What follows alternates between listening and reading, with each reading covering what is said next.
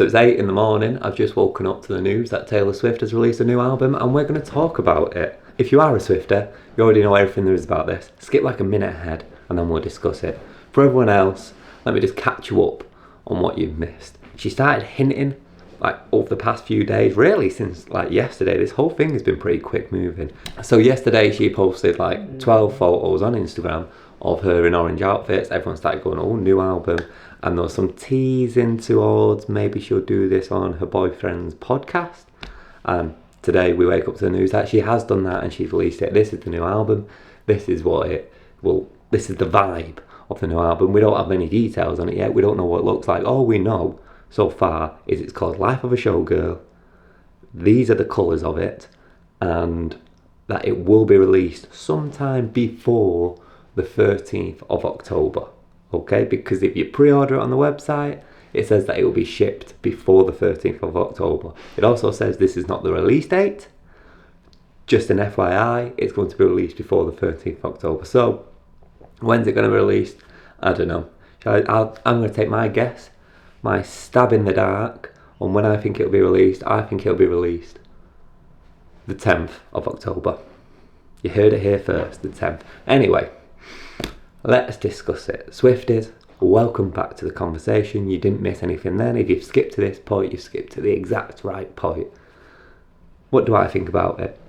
I think that first and foremost, I don't understand why she did this on her boyfriend's podcast. I just don't get it. For me, it seems my wife-to-be is a huge Swiftie. And she said, oh yeah, she's gonna do this on release it. A new album. She's going to announce a new album on, Travis Kelce's podcast that he does with his brother. And I thought, no, she's not. She's not gonna do that. And she did do it. I don't understand, because the way I see it, it's like it's like a podcast focused on football, right? It's completely different from her fan base. Do Swifties? Maybe it's an American thing. Do Swifties in America listen to his podcast?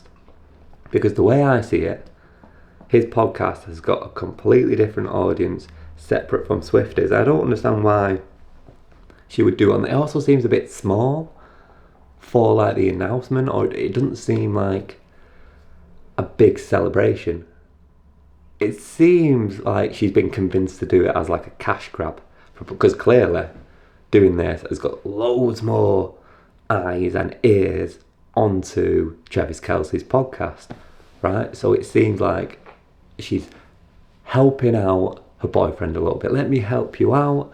Let me do the announcement on your podcast. Or he said, oh, if you're going to do this announcement, do it on my podcast, would you? And she said, well, I've got nowhere else to do it, so I will do it. Or does it mean something? Is there something in there that I'm missing? Is either like Swifties in America must really listen to this podcast, or maybe it's something to do with the new album. Maybe there's songs on there that are going to relate to boyfriends, or to podcasts, or to entertainment, or to showbiz gossip. I don't know. Let me know what you think about that. But I don't see why that happened. Number two, the second thing that I don't quite understand much about is the colour scheme. I hate to say it, but I really, really dislike the colour scheme. I love this orange, and I love the sparkly orange. Don't get me wrong, I love that vibe. This kind of bluish green combination to it, I don't get. Orange, don't get me wrong, again, orange and blue, I do love. Like this colour combination, absolutely love. But this one, this specific like light kind of aqua blue with orange sparkly, it's not giving me anything Life of a Showgirl like, and it's also giving me a little bit confusing. Other than that, what do I think? I'm excited for it. I really am. I'm not the world's biggest Swifter. Absolutely not. But I'm always excited for a new Taylor Swift drop. Mainly because Maypole Swifties are generally nice of a fan base as long as you stay on side. So I can talk about it, and that's good. Plus, I think what a lot of people don't know about me is I made most of the money that I made last year off Taylor Swift, because I like doing things like puzzle books, and I created one that was themed of Taylor Swift because she's always doing like clues, and I love that about her. And so I made a puzzle book, and I sell. It's the only puzzle book I sell. Actually, let me get it. Let me show you it. Actually, I'm going to show you. Here's my book. Is that backwards for you? Is it not? It's the Swift puzzle book. There's a little caricature, and it's all this stuff.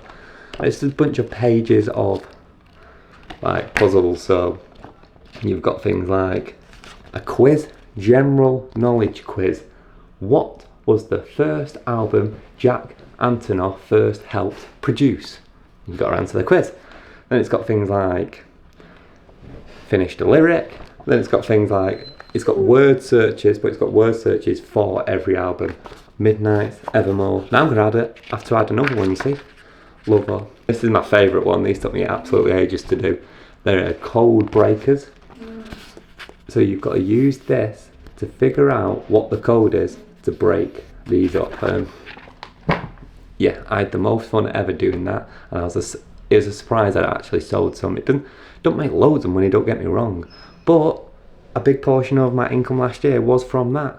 I've also got a website, SmartBlend, which is a food and drink website, and the most popular articles on there are either when I do drinks related to Taylor Swift, like this one, or party packs related to Taylor Swift, like this one.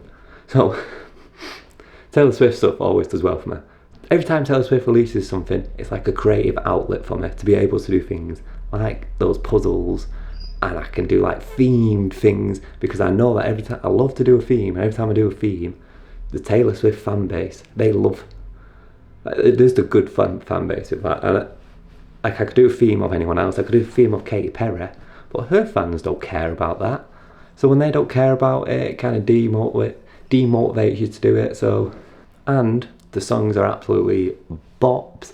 I'm super excited for it. I'll do a bit more commentary as we learn more information and as things come out.